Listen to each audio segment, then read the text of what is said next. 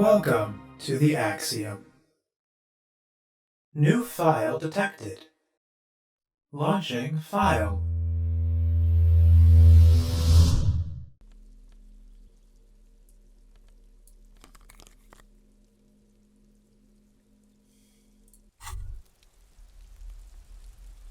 You should return to the boardwalk now that the body has been taken away.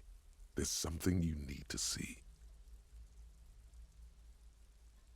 Okay. Uh, how's it going, everybody? My name is Leo, and today we are continuing the Disco Elysium file. Um, I was switching out my clothes from my uh, usual, from what I was wearing for my empathy build for when I was talking to Billy. And when I switched out my glasses, um, this popped up, and uh, I clicked on it, and now here we are. So to give my usual quick recap, last time we um, did the egghead puzzle, and we made some progress with trying to get the nightclub started in the church. We got the like super pry bar from Suna, but our physical um the required skill is not what is it called?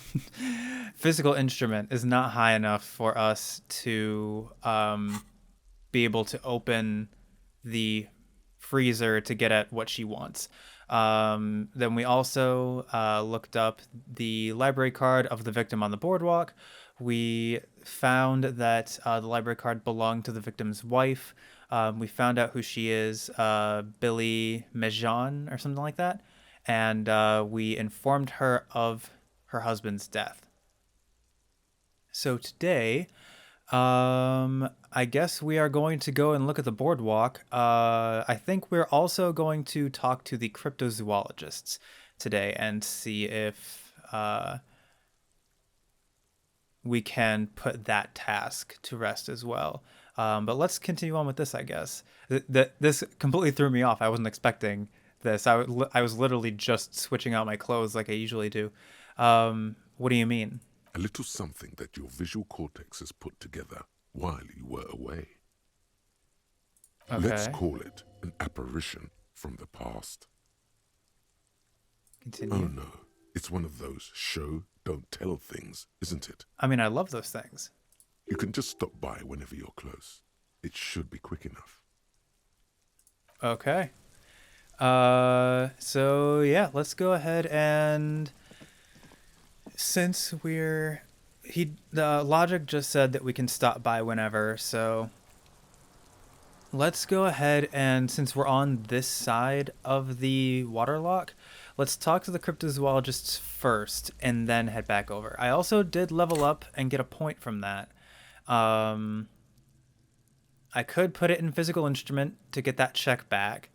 I could also put it in interfacing because the door and the letter for the signatures both require interfacing. I could also put it in shivers for the check, but something tells me that helping the cryptozoologist is actually going to boost that check anyway. So we're going to leave this be for now, I think. We're going to talk to the cryptozoologists, and we will be right back. Alright, so before we talk to the cryptozoologists, let's go ahead and swap out a couple things. I'm thinking maybe composure could be good for this one. Let's do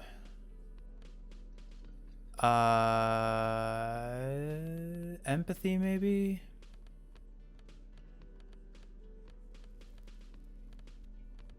Where did it go? I have empathy glasses. Where did they go? Oh, they're there. And then let's go with the suggestion jacket, I think. I did have a suggestion jacket. Yes, I did. And I think that will be good. Who is this dude? He's new? It's great to see you again, officer. My wife can't wait to thank you. Go on, talk to her. Okay, so it looks like we need to talk to the wife first. Oh, sweetie, I don't even know how to thank you for finding my husband and helping him out. I hope we haven't been too much trouble for you. Just doing my job, ma'am. Here, I want to give you a small token of my gratitude. It's a tie, Mexican origin. The pin is an antique, quite special. She hands you a thin ribbon held together by a silver bird skull. The little silvery knob holding the tie together feels warm in your hand. It's in the shape of an avian skull with 8 eyes. I'm definitely going to be taking a look at that. You could ask her about this when you get the time. It's probably a cryptid, but the phasmid, of course, is more important. You never told me you've seen the phasmid. Oh, you don't want to hear about some old woman's ramblings. Ramblings? Nonsense. Your description of the phasmid is the most precise I've ever heard. But darling, I didn't even get the size of it right. Measuring things Aw. is important. How did she get the size? Yeah. You were a child, my dear. Really. It's extraordinary what you were able to describe. Now go on. Tell our friend about it. He's proven his interest in the field. Thank you. That is a way bigger compliment than it sounds like. Reflexively, the lieutenant read his familiar notebook. Well, it was summer. I was building a racing track out of sand on the beach near a tall stand of reeds. Quite a tall one. Many times my height, I remember. When, all of a sudden... Wait, where was this and how old were you? I'm getting ahead of myself. I was 5.5 in Betancourt in the suburbs.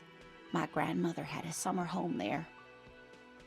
She'd just started forming memories. Real memories. Not the billowy haze of infanthood. No wonder this means a lot to her if she discovered it as a child. Betancourt got bombed in the war. It used to be quite near, circa 20 kilometers from here. What happened? The strangest moment of my life. I looked up and one of the reeds moved. Not like a plant, but like a living thing. It stood up and looked at me. Its body unfolded like some antique toy. I've never seen anything like it. Huh. I didn't know this can happen, so I reached my arm and touched the thing. It felt just like a stalk of reed, but it moved, swaying, towering above me. After a while, 20 seconds, a minute maybe, it left, went into the reeds. That seems like a lot bigger than a bug. Or at least a lot bigger than what he was describing. Did you follow it? I tried, but I was only a child. There was mud and high water. I couldn't see it anymore. I was just standing there knee-deep in mud, looking around me. Where did you go? Don't go. Then what?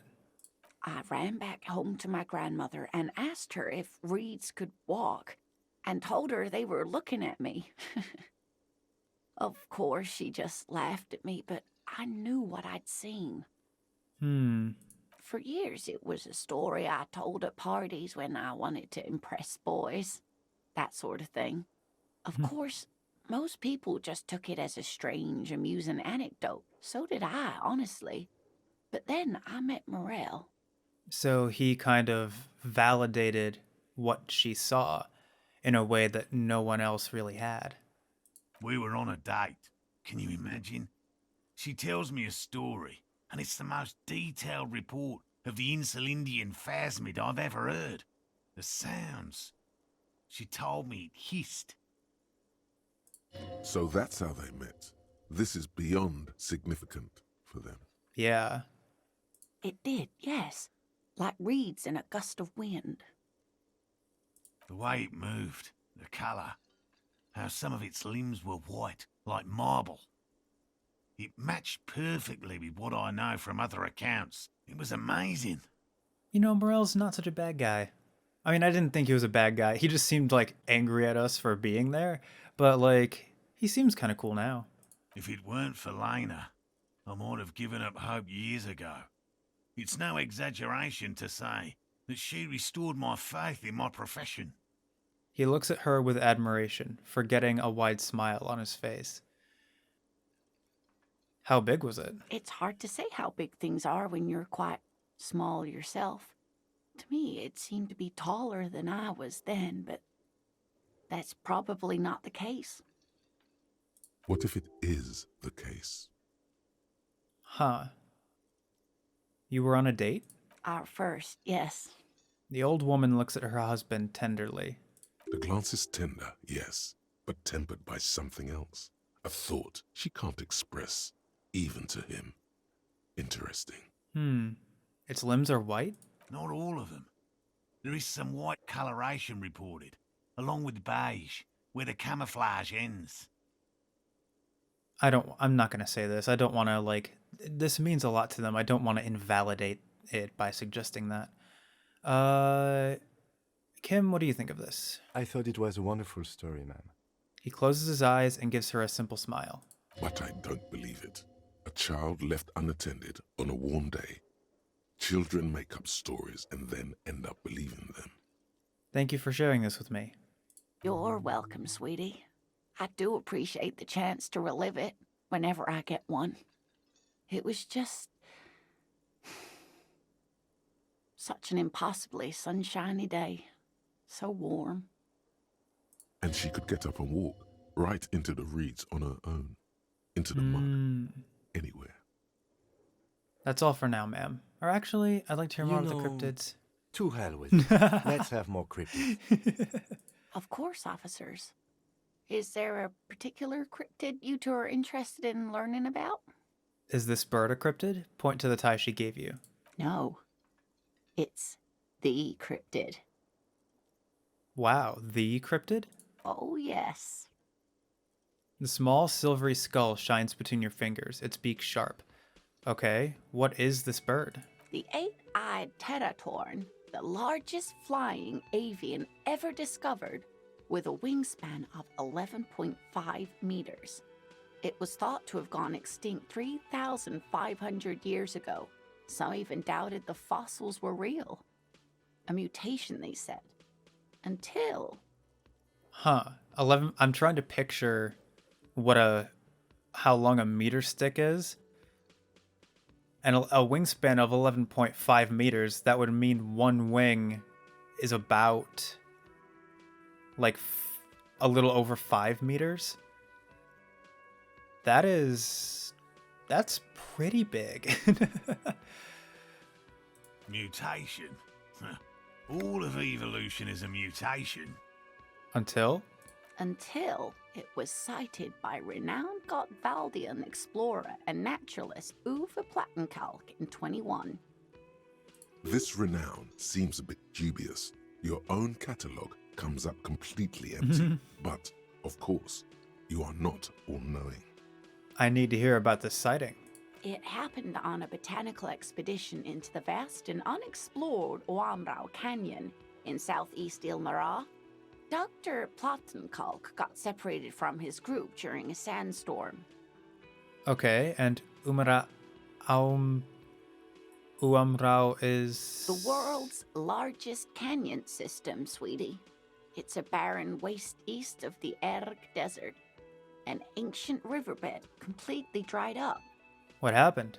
Alone in the blasted desert heat, the doctor wandered eastward, where man hasn't stepped foot in over 1,000 years, since the fall of Pericarnassus. He was lost, without any navigation equipment and desperately low on water. After a day or two, he noticed a bird high in the noon sky. A great black bird. It seemed gargantuan. I mean, I could immediately point out the desperately low on water. He was in a desert. It was probably a mirage. Every now and then, the bird would dive down to feed on an animal carcass somewhere on the horizon.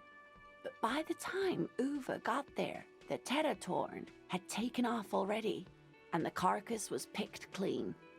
This happened many times. He was following it? Yes, or rather, hunting.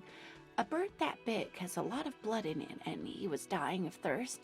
For many days, Dr. Plottenkalk followed the teratorn until they reached a great canyon wall where the bird finally landed to rest.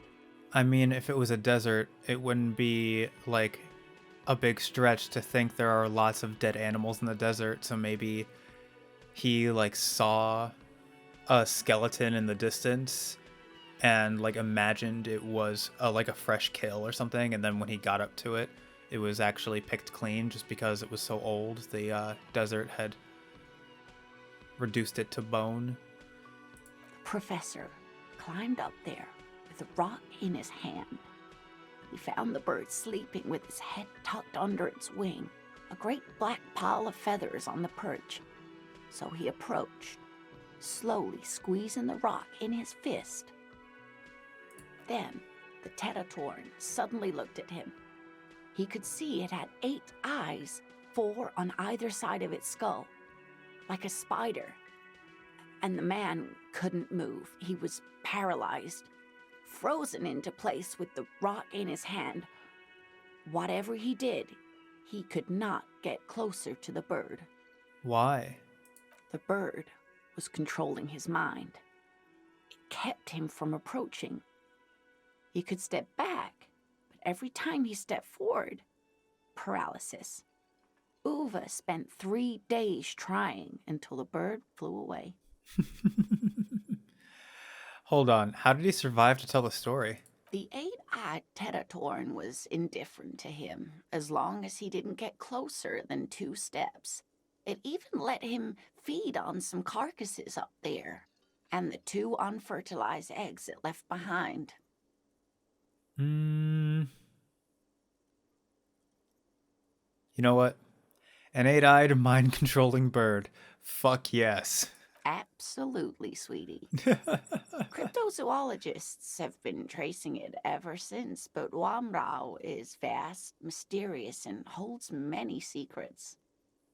Modern radar telemetry shows great promise. We will confirm this one by the end of the decade, latest. Or debunk it. But then again, if it's land that hasn't been touched in thousands of years, who knows what could be there? This one I liked. Not only does it have 8 eyes, and is a living fossil, and the largest bird ever to live, it also does mind control. Heck yeah. He's sincere. He likes the audacity of it. So that was the last anyone saw of it? Sadly, yes, but there are numerous reports of 8-eyed bird skulls from Il Mara. And then there's the striking resemblance to the Pericarnassian imperial eagle, an ancient heraldic symbol that is hard to pass off as coincidence. The imperial eagle, too, had 8 eyes. I love the fact that Kim is now also kind of getting into this. Not really. It's just stylization. The way they drew eyes. It's not a zoological drawing. Very, very hard. This one's very famous. Everyone knows it. People will be looking at that tie on you and thinking, that man is into cryptids. So, what else do you want to know? Or actually, could it be an ancient heraldic symbol? Is that what people are going to think of me if I put it on? I mean, might as well finish this out. What's the biggest cryptid? Hey, you promised you'd only ask about one cryptid. Okay. Right, okay, we can move on for now. It'd be dishonorable to renege on the promise. I'm glad you see it that way. Did we have anything more to do here? That's all for now, ma'am. All right, so let's look at this tie really quick. Ooh. +1 Inland Empire, octuple vision, +1 volition, Cryptid's protection. A slender bolo tie held together by an antique clasp in the shape of a bird skull. The skull features 8 cavities for eyes. It's disturbing, but you can't look away. I mean, I hate to break it to you, horrific necktie, but this one's better than you. It does what you do, plus it gives me volition, and it doesn't suggests bad ideas. So I think I'm gonna switch you out. I'm sorry. I wonder, let me really quick take this off. How does it look? I like it. It's kind of like a skeleton type thing, or like a necklace. Here, let me put my normal jacket back on. Whoops. Hey, I don't think it looks too bad. All right, let me go ahead and put the jacket I just had back on. And let's talk to Morel. Ha ha! Nothing like the gratitude of a good woman. Now then, what can I do for you? He gives you a gruff pat on the shoulder. He tries to play it cool, remain professorial, but inside, this man is itching for some news on those traps. So I checked all the traps. Good. Okay. And? And one of them was empty. Completely empty? The cryptozoologist's eyes grow wide. Yes, there was nothing in the trap. No locusts, no phasmid. No locusts? No phasmid either? That's not ideal, but... The empty trap was the one at your campsite. Maybe this factors into it somehow? I definitely left that one stocked. Right from the campsite? Just means the Insulindian phasmid is even more clever than we thought. Logic check. She's engaging in a well-known self-deception called motivated reasoning. You should correct them. Of course, more clever. The detective whispers to himself. You're dealing with a subject near and dear to their hearts. It Yeah. might behove you to tread lightly. Yes, the Phantasmadeia picked off the locusts and escaped. This is good news, though we'll have to reconsider the design of the traps, make them more secure. Okay, so yeah, tread lightly. Another trip to the reeds. Where is Gary? Is Gary the one who's standing over here? Where is he?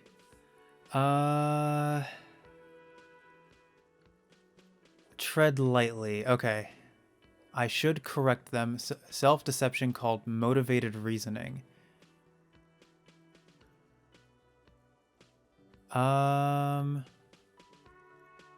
It might behoove you to tread lightly. I mean, accusing them of having a conclusion that they want to be true is not treading lightly.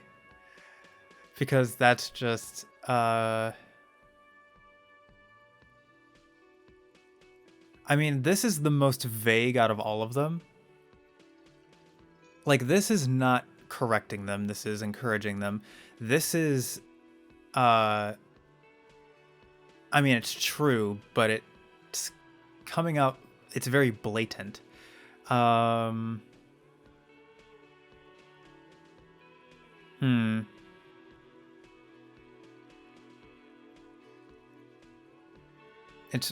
gonna go with one of these, but I'm not sure which one. I'm gonna say this. I don't know. I'm not persuaded. Why don't you try convincing Morel his hypothesis is invalid? He scowls. Thank you for the vote of no confidence, Gary. An officer. I appreciate your concern, but please leave this to the experts. Unless you have an alternative hypothesis you'd like to venture. Actually, no. Excuse me for getting emotional. This is a big deal for us. You've helped us twice now, and brought some great news too. Oh, okay. My gratitude and The gratitude of the Société Cryptozoologiques de Ravachol is yours. Oh, thank you. For a second, when he said actually no, I thought he was getting angry with me. Heartfelt gratitude. But does it feel like closure? What really happened? Thank you, it's an honor. We should probably return to our main investigation here. This has been refreshing, but... Helping cryptozoologists isn't really a priority for our organization, is it? The lieutenant looks out the window, impatiently. I insulted Morel? How was that an insult to Morel? I mean, it's a white check, so I'll get going. Let me really quick switch out my stuff. I don't think I know I've checked this multiple times, but I don't think I have anything else that affects interfacing.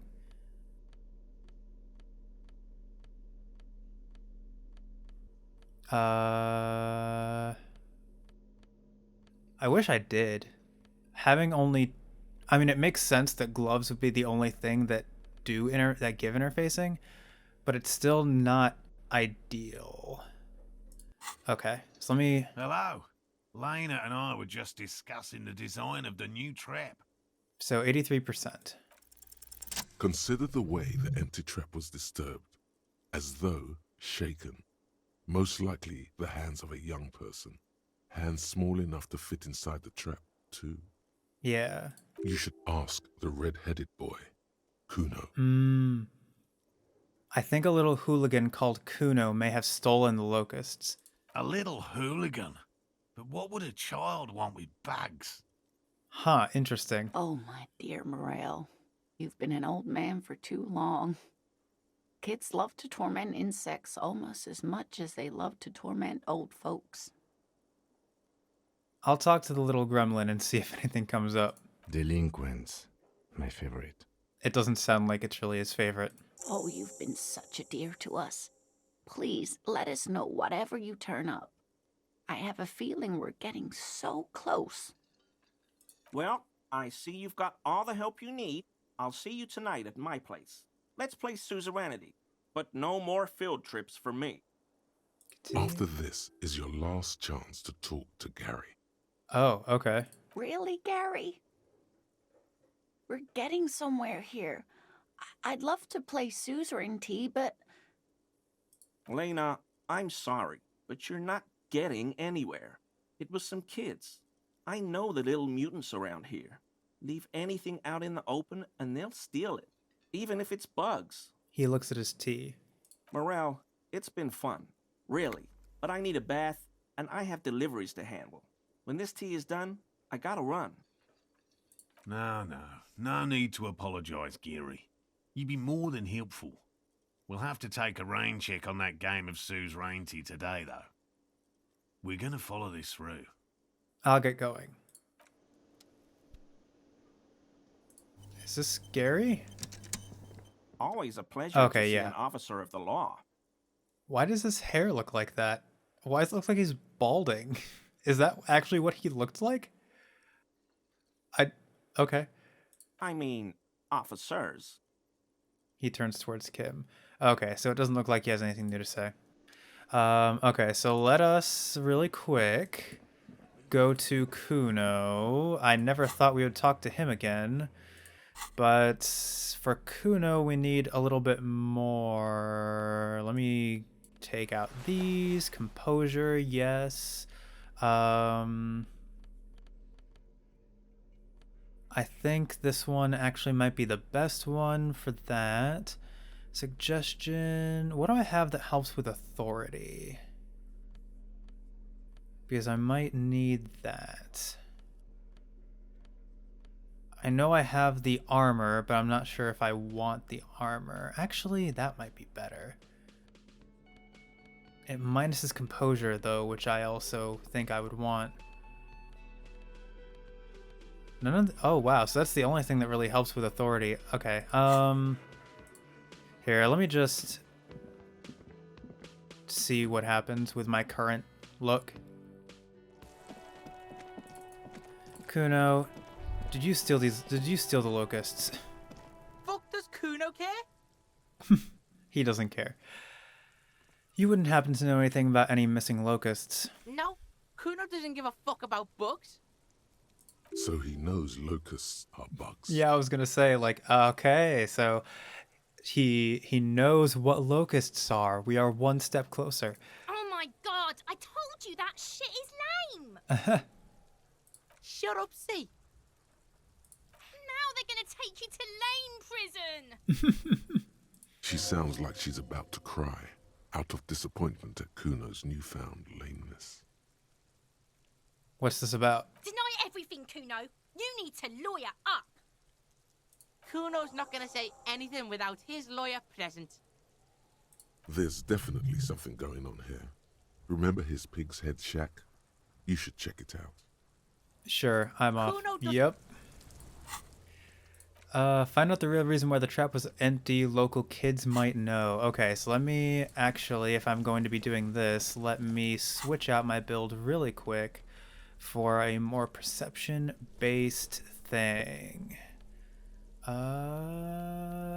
Visual calculus, and let us do visual calculus. Actually, let's put on my logic glasses.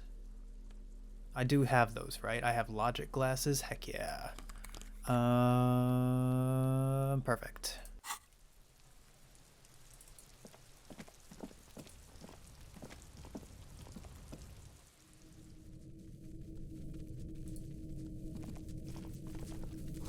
It's crawling with locusts in here. All around you, the hisses and chirps of locusts fill the musky air.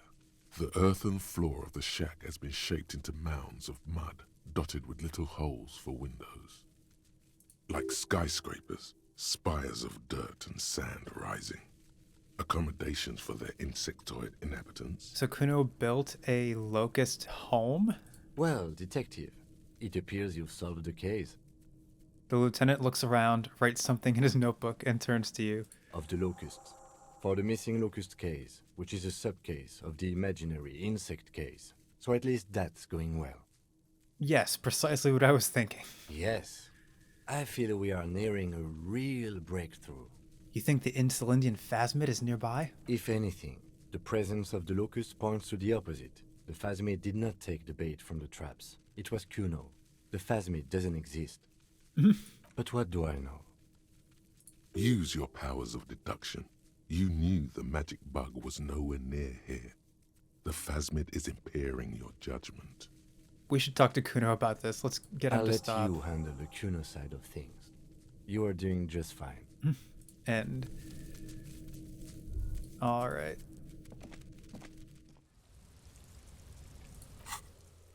Confront Cuno about the locusts. Let me really quick switch everything back out. Empathy glasses and composure shoes.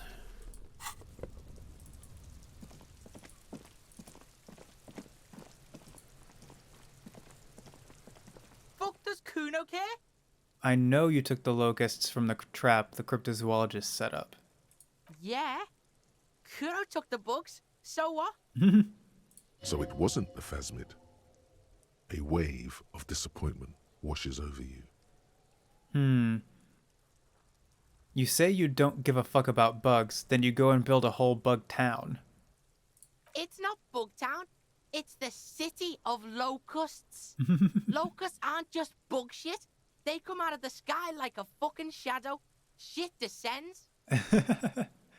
Stop!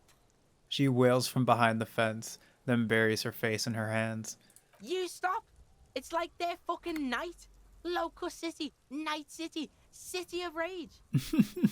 There's a tug of war over the name of his fantastical city. It's almost too big for his imagination. The girl forces herself to watch again, the corners of her eyes twitching from discomfort. What are you, some kind of artist now? Maybe I am. He says, looking you straight in the eye. Did he just say I? Cuno usually calls Cuno Cuno. That's great, Cuno. It's cool to make art. Oh my god, Cuno! He's gonna make you totally lame in like 3 seconds. Don't let him, Cuno. Yo, fuck you, see? Cuno can be what Cuno wants to be. Cuno's his own man. Cuno's free. He tears at the buttons of his shirt, trying to rip them open. They don't give way.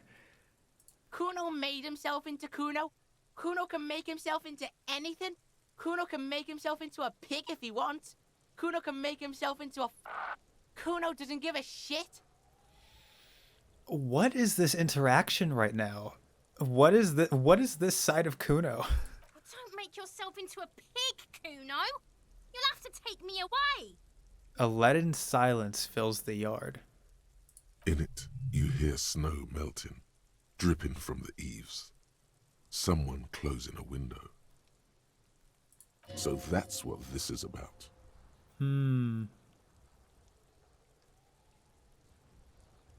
That depends on the choices you make, young girl.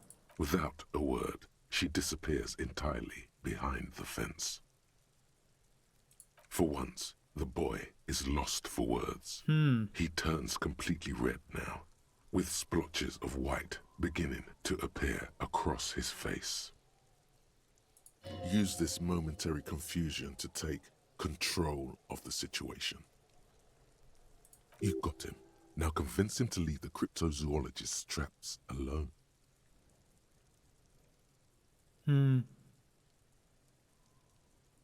He wants the locusts to live. It's not gonna... What's going to happen to the locusts? Cuno's gonna let the fucking locusts die.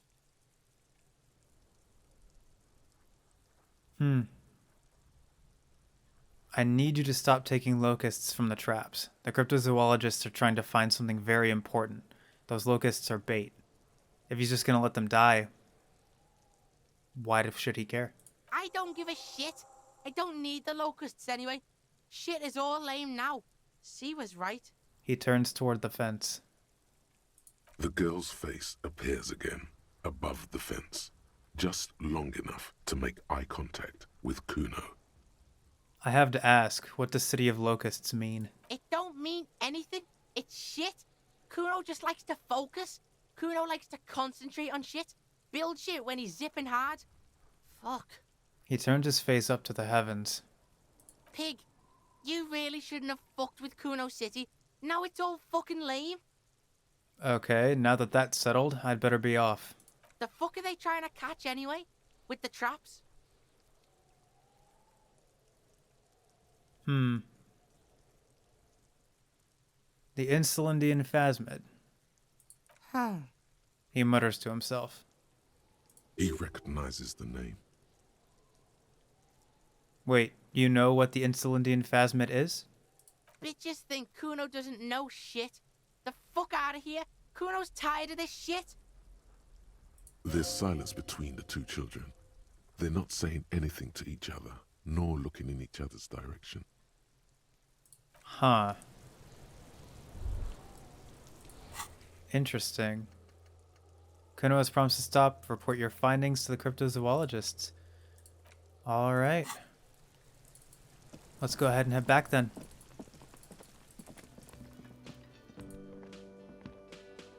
Hello, officer. I think I almost have it. A new trap design, that is. I know you're skeptical, but I have a good feeling about this. I had a chat with this kid, Cuno. He promised to stop stealing the locusts. So it was just a child. He purses his lips, crestfallen. Thank you for telling us, sweetie. This is good news, right? It means we can try again. She turns to smile gently up at her husband.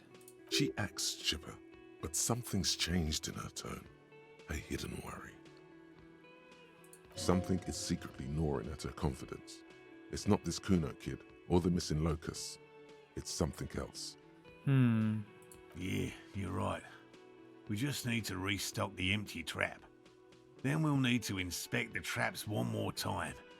And then maybe we can. The aging cryptozoologist. The aging cryptozoologist breaks into a hideous coughing fit. He has a 38-degree fever.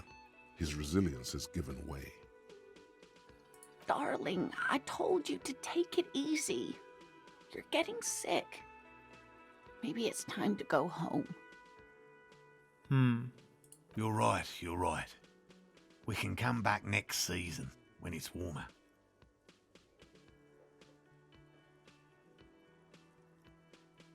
Oh.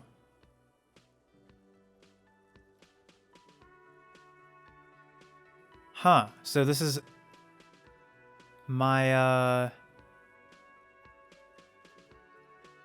So I'm, like, of my own accord doing this. I do want to accept the quest. I just don't know if I want to accept it or accept it enthusiastically. I'll just accept it.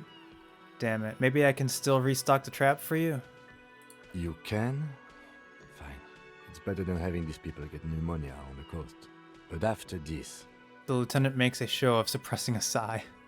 He wants to see this tale through as much as you. Otherwise, he'd have stopped this already. But he cannot let it drag out after this. Fair enough. Really? It's too much, officer. He starts coughing again.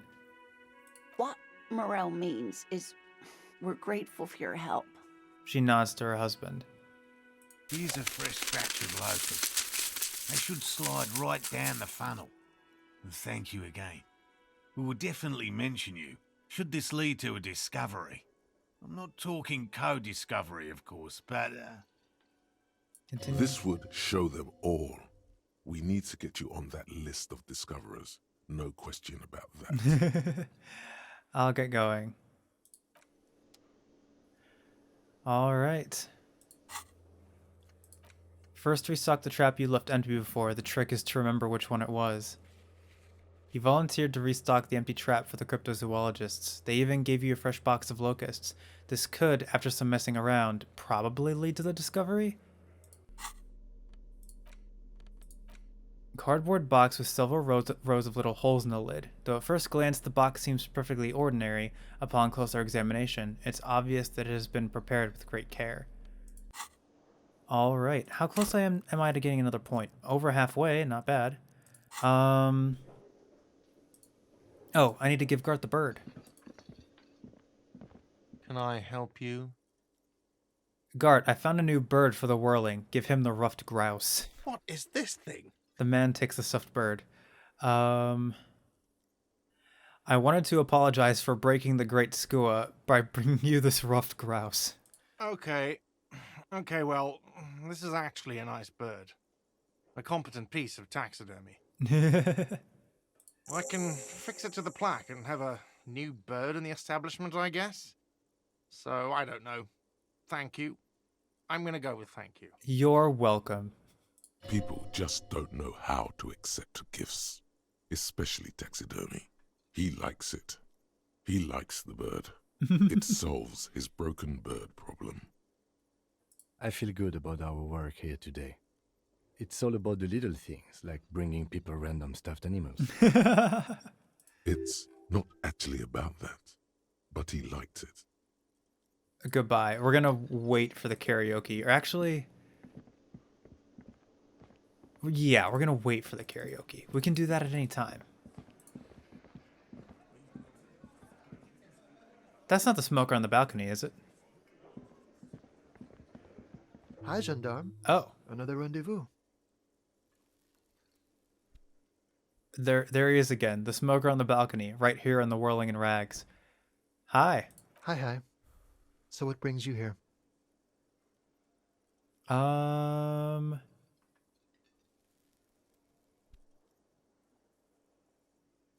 I need to talk with your Sunday friend again. It's about committee business. Oh, a committee. How interesting. And if I may ask, gendarme, what is this committee about? He takes a measured drag of his cigarette. He's all bemused skepticism. He doesn't actually care what you want with his friend. It's about assigning la responsabilité. God, of course it is. My friend is always trying to convince me I need a little more responsibility. As though I don't have enough going on already. In any case, I would love to help. But the thing is, I don't know where he is. We don't talk about everything, you see. He gently taps the end of his cigarette with his forefinger. He might have mentioned something about making a tour of some historical sites up the coast. In an unofficial capacity, of course.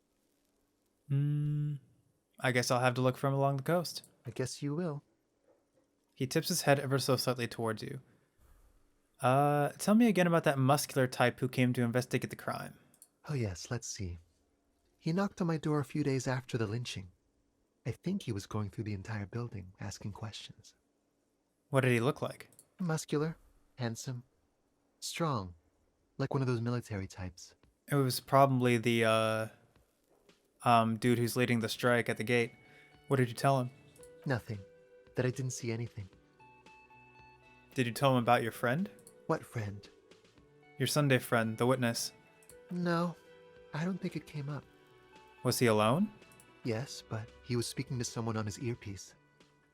His earpiece? Yes, you know those tiny speaker microphones that fancy security guards sometimes wear. What was he saying? Just reporting back whatever I was telling him. Besides muscular, did he have any other identifying traits? Oh, let me think. He had an accent. He sounded like one of those mercenaries. He sounded vaguely Oranese.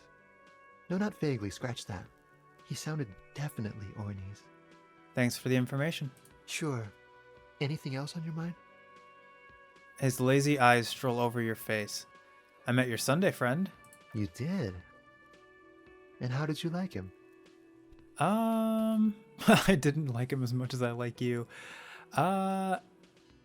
You were right. He was magical. Magically bureaucratic. I told you, he can be very useful. I guess that's the charm of powerful people. Who is he? A visitor from the first world. He's not like you and me, gendarme. He can always return. He smiles, and his smile seems melancholic. Return where? To his opportunities in Occident, Sur la Clay.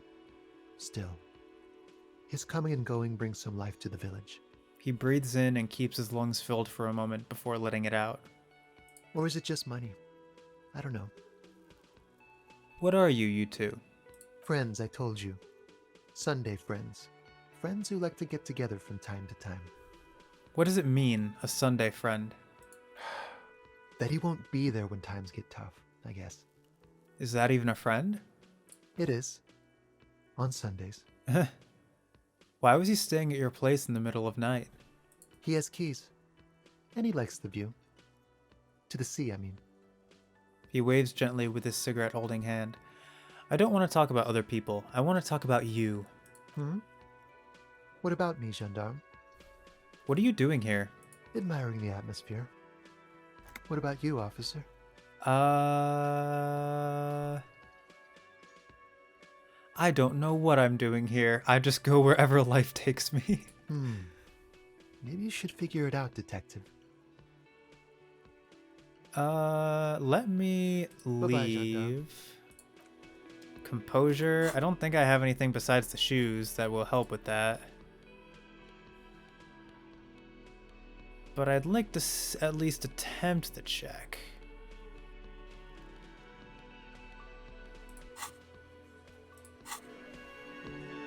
Hi again, gendarme. He's so different. Let's just see what happens. It's the sports. He's a sports guy. All about physical prowess and athletic skill. Nothing else here. Clearly. Bye-bye, That is gendarme. clearly all about them sports. All right, let's go ahead and switch my clothes back out. That one, this one, and I think that is all. All right, we are nearly out of time, but I think we have time to go to back across the waterlock to refill the traps. Also, what I think I'm going to do really quick before I do that is, just because I really want to get past this check without evicting her, I think I am going to put that point in physical instrument and try that check again. So let me go ahead and do this, because I'm close to getting another point, so that will hopefully work out for me a little bit more. Level up, Accept changes in clothes. Clothes. Not clothes. Let's go ahead and stop this for now. Let's go ahead and switch out for some physical instrument stuff. Whoops, wrong area. And let's go ahead and do this really quick.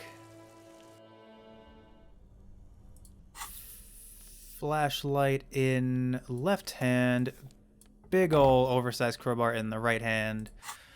And let us see. It's probably still not going to work out. This orange machine is dead still. It has a hand-cranked ice cream churner and an electric freezer. The ice around it slowly melting. So what do I have to roll? I have to roll I am at 6, so I have to roll a 9 or better. Ice squeaks beneath it's the an 8. Zoom multi-tool, but your fingers slip away from the tool. The lid shutters tightly as before, and it's already unplugged. There's not much else to do other than wait for it to defrost or bulk up and get stronger. Damn. Alright, the smoker says Sunday friend has got a first stroll along the coast, so we can do that. It'll happen one of these days. I'll figure something out. But for now, there's not much we can do. Let me just go ahead and put these back.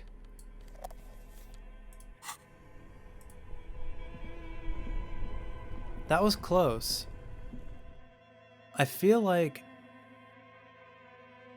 if we can do one more attempt, we can succeed. I wonder if talking to the, like, is it possible for me to wait for it to defrost? It's already been defrosting for like 3 days. So I don't know if that's even possible. But let's just go ahead, let's refill the traps and let's, I don't know what else after that. Probably in the episode. The trap stands empty near the reeds. No insect sounds or movement around. Only the reeds' apprehensive hissing. Release the locusts into the empty trap. The locusts, dazed from being transported, slowly begin to acclimate to their new surroundings. Montorix? They're not really going to get the chance to get comfortable here. Good, now that's done. When do you think we will return to our impending apocalypse of a murder investigation? Don't answer that. It was a rhetorical question. He doesn't want to, but if there is one more cryptozoological runaround, he must force the investigation back on track. This better be it. Leave. So what do I do with it now? You've restocked the trap, now report to Lena in the whirling. Okay. While we're over here, let me... Do I have the correct glasses on? I do. Let me return to the boardwalk really quick, because since we're over here, we might as well.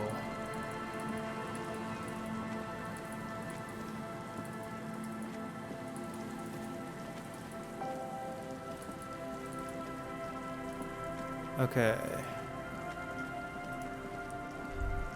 Let's see. A cold sea breeze stings your face as you step on the boardwalk. The body is gone, but something still lingers in the air, and high above it, against the grey.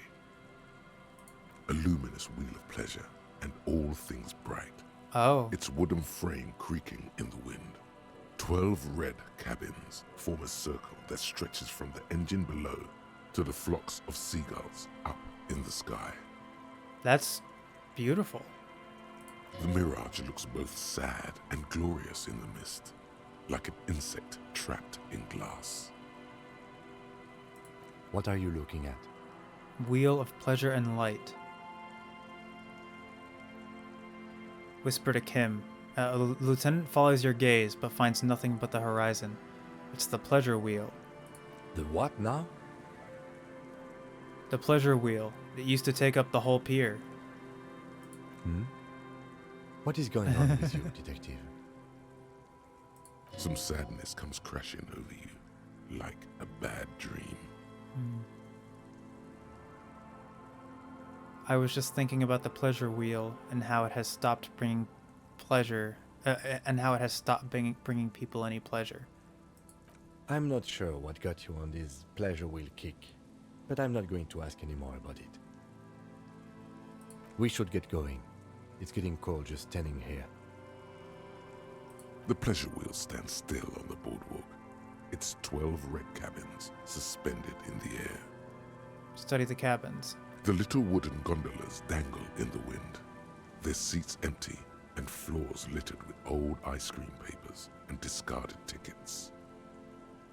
A seabird has made a nest in one of the cabins, but even this looks abandoned, a remnant from a spring some 50-odd years ago. The pleasure wheel stands still on the boardwalk, its 12 red cabins suspended in the air. Study the boardwalk. There's a ticket office made out of an old gondola, its wooden frame the same shade of red as the ones above. A sign mounted on its side declares, 20 centimes for the ride of a lifetime. The pleasure wheel stands still on the boardwalk, its 12 red cabins suspended in the air. Step back. Some waves come crashing against the boardwalk, shattering the mirage. Huh. And on that note, I think we're going to go ahead and end today's episode. That was nice. That was a, nice little note to end on. So yeah, I'll go ahead and quick save, even though it just auto-saved. Today I'd say was another successful one. We made a whole bunch of progress with the cryptozoologist missions, and we also made a little bit of headway with the La Responsabilité mission. So when we come back, we have a couple of things we can do. We can go back across the waterlock to talk to Lena and report that we refilled the trap. We can also maybe go to Suna and see if she can help with the check at all. I don't know if she can, because it said the only things we can do is either wait for it to defrost or put more points in physical instrument. What other tasks do we have? That we don't really have any control over. This one, I'm wondering what the things are now for the check. These will happen after this happens. Not gonna do that.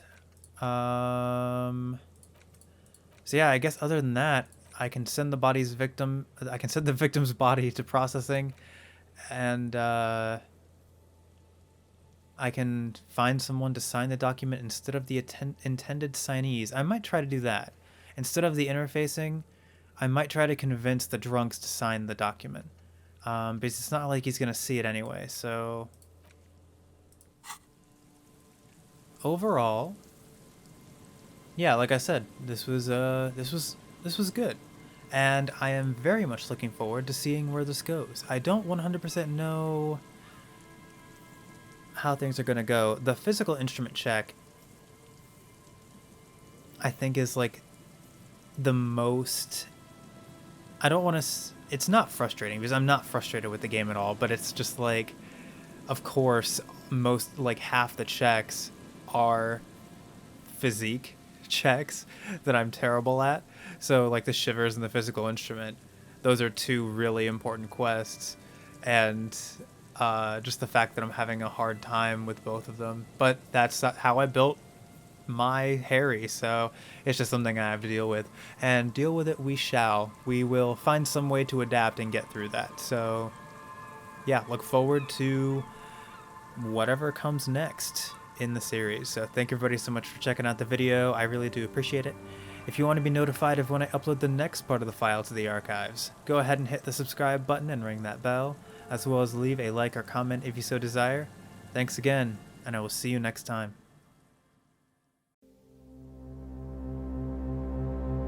Upload successful. Click here to view previous files. Have a pleasant day.